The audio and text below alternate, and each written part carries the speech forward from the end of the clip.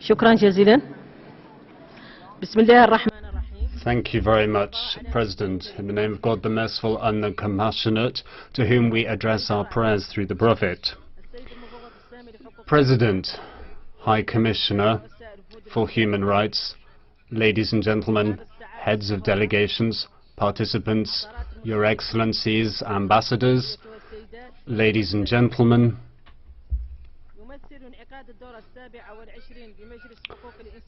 the holding of the 27th session of the Human Rights Council represents a perfect occasion for me to address you on behalf of the Islamic government of Mauritania and to express the congratulations of my country to the Council for all the efforts you undertake to promote human rights across the world and across the board. I would also like to take this opportunity to congratulate Zaid bin Rad Ben Hussein, the new High Commissioner for Human Rights, as he takes office. President, I'm very happy to be able to share with you that, thanks be to God, Mauritania is now a country that observes the rule of law, where everybody can enjoy their rights without any restriction, and these rights are enjoyed by all citizens who enjoy equality under the law. All of their rights are protected and enjoyed. And that is true of anyone living in Mauritania, whether they be nationals of our country or they be foreign residents or immigrants from Mauritania.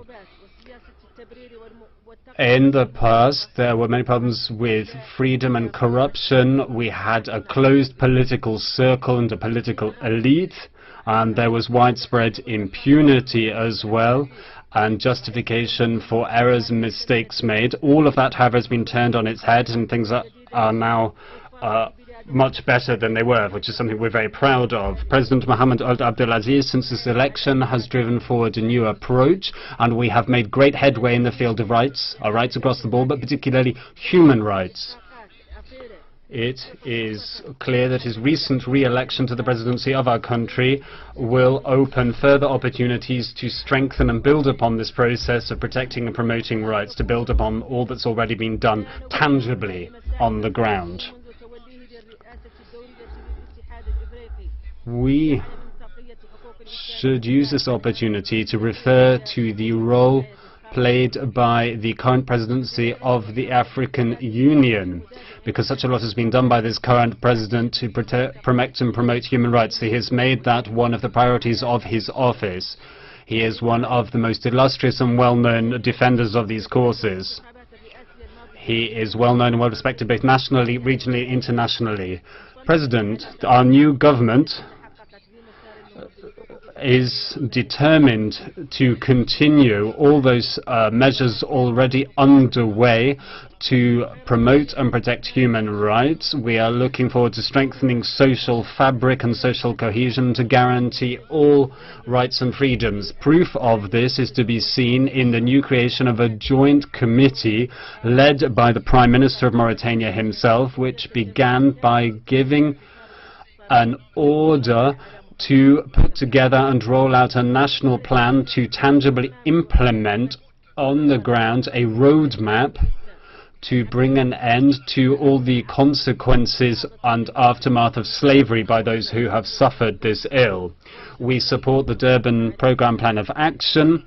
We are working hard with the High Commissioner's Office. We have held a workshop to roll out and explain our national plan to tackle racial discrimination, xenophobia and related intolerances. This workshop was held in August of this year, so just last month. We've also rolled out a national mechanism to tackle torture in Mauritania. We have also established a special court or special tribunal on servitude and slavery, and servitude and slavery are both criminalized within our constitution. President, we welcome the report of Ms. Galnara Shanaharin, which she published following her visit during her term as Special Rapporteur on the contemporary forms of slavery. She visited our country in February of 2014, and in her report she indicated all the improvements and all that has been done by Mauritania in the field of human rights over the last few years.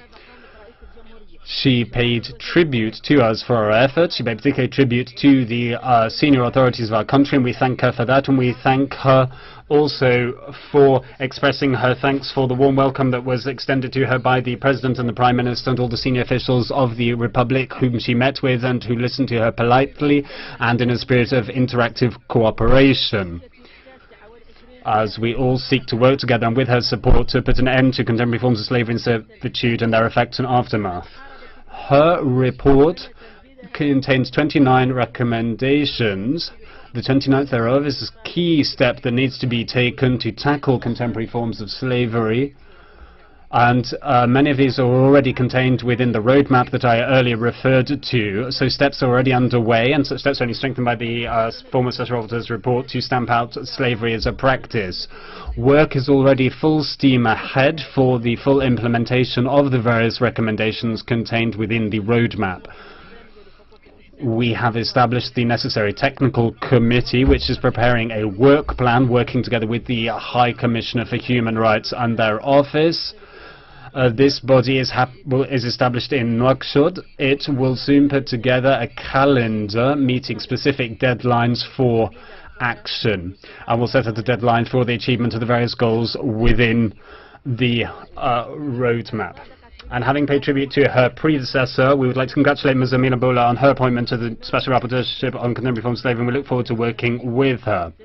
Now, as I've said, we are wedded to the idea of supporting all human rights in our country, including human rights recognized under the various international conventions and treaties, particularly United Nations human rights treaties.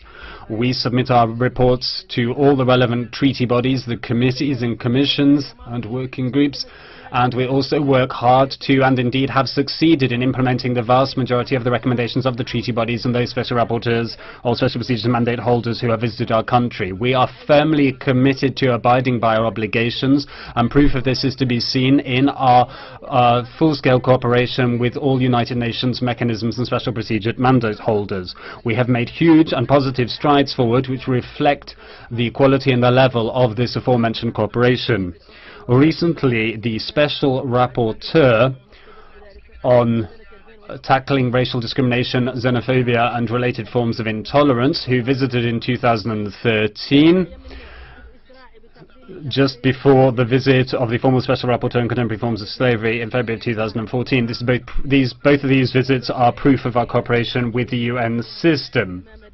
In order to speed up our timely submission of reports to the various treaty bodies, we have set up a multi-sectoral technical committee which is responsible for the preparation and presentation of these aforementioned reports on time.